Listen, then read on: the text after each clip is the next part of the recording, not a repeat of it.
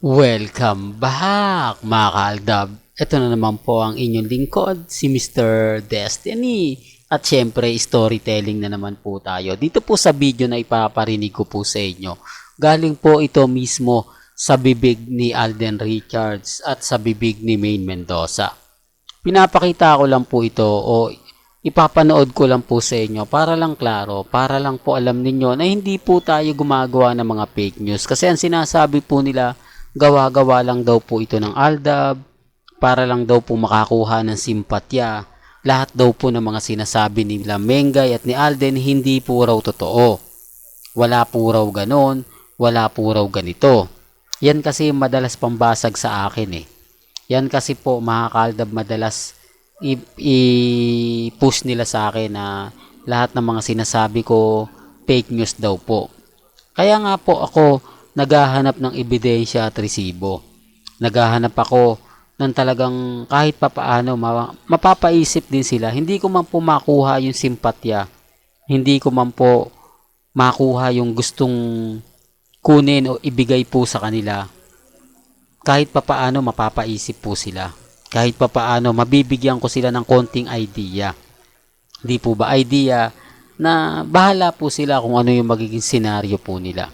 Basta sa akin lang po, nagbibigay lang tayo ng ganap. Nagbibigay lang po tayo ng update. Hindi po ba? Sa mga ayaw maniwala, nire-respeto ko po at ginagalang. Well, paparinig ko na po yung video.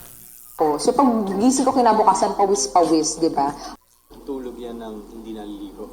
So kapag pagod na pagod siya, pag pagod na pagod si Maine, ang gagawin niya, tapos pag-uwi niya sa bahay, magbabalot siya ng shower cap, tapos magsusot siya ng long sleeves, tapos hihiga lang siya sa first layer ng kama.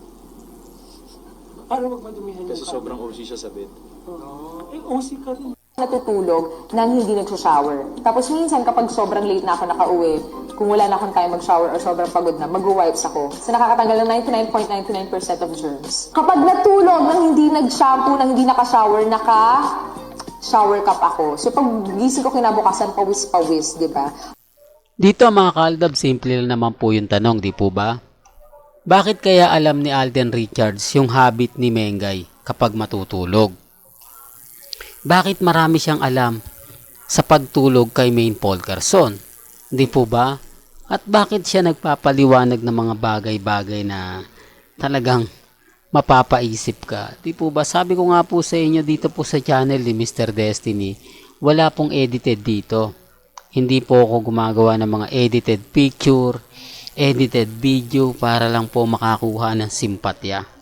Para lang po masabi na ako yung tama, sila yung fake news.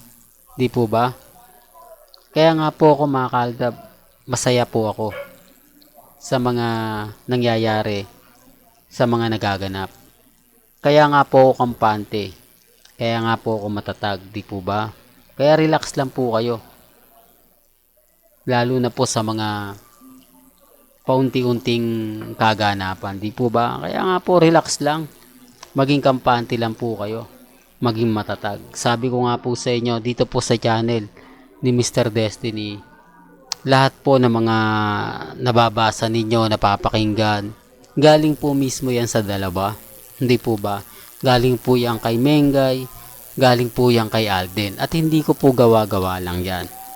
Kaya nga po ang dami kong resibo, ang dami kong ebidensya, ang dami kong po pwedeng ipakita, ang dami kong po pwedeng sabihin na galing po mismo sa dalawa. Kaya nga po marami nagko-komento sa akin, alam mo Mr. Destiny, hindi lang nila matanggap yung mga pinapakita mo, hindi lang nila matanggap yung mga sinasabi mo. Kasi kumbaga andun ka sa point na marami kang alam.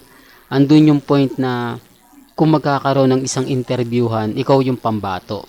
Ikaw yung kumbaga magtatanong na kina Alden Richards at kay Maine Mendoza na hindi nila pwedeng sabihin na hindi, sinabi ko lang to dahil sinabi ko lang yan kasi tinanong. Di po ba? Kasi ang tanong nung bakit alam mo? Di po ba? Kaya nga po sabi ko sa inyo, isang Aldab lang ang tanungin nila Ogie, nila Ogie Diaz, nila Tony Gonzaga, at Boy Abunda. Doon malalaman na nila eh. Di po ba? Doon malalaman niya na kung sino nga po ba talaga yung papaniwalaan nila. Na ako, sila, o yung Aldab Nation, o yung mga nagsasabing walang relasyon sila Mengay at si Alden. Kahit papaano mapapaisip po sila eh. Kahit papaano malalaman nila na oo nga Mr. Destiny, may punto ka. Kasi naririnig naman namin, napapanood naman namin, nababasa naman namin, napapakinggan naman namin. Yan ang sinasabi ko na 101%. Hindi ko inedit, hindi ko ginawa ng kumbaga post. Normal lang. Hindi po ba? Kaya nga po masayang masaya ako kapag nakakarinig ako ng ganyan. At hindi lang ako yung masaya. Masaya yung mga mamis, mga titas, mga senyor na mga panahon na yan. Kasi ito na mga panahon na to, ulitin ko lang po, remind ko lang.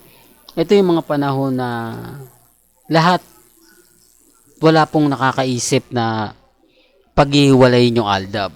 Di po ba? Walang makakaisip na kumbaga hindi sila pagsasamahin. Kasi sila po yung talaga yung pinakamalakas eh. Sila po talaga yung number 1 na pinag-uusapan po sa social media. Sila yung nagpabagsak, nagpahina ng Showtime. Sila po rin nagpahina ng umaangat na love team ng Jadine at ng Katnil. Kumbaga sila, Aldab ang humarang. Although nagtutuloy-tuloy yung mga pero sila Mengay at Tisoy talaga yung pinag-usapan, lalo na po sa Kalye Serye. Hindi po ba? Sinasabi ko lang po ito para lang klaro. Sinasabi ko lang po ito para lang po sa kaalaman ng lahat. Sabi ko nga po sa inyo, ang dami pong mga ebidensya at resibo. Ang dami pong mga kumbaga pruweba na mapapaisip po sila. Hindi po ba? Pero kaya na sinabi ko, wala pong pilitan. Wala pong persahan dito. Kung ano yung paniniwala nila, nire-respeto ko.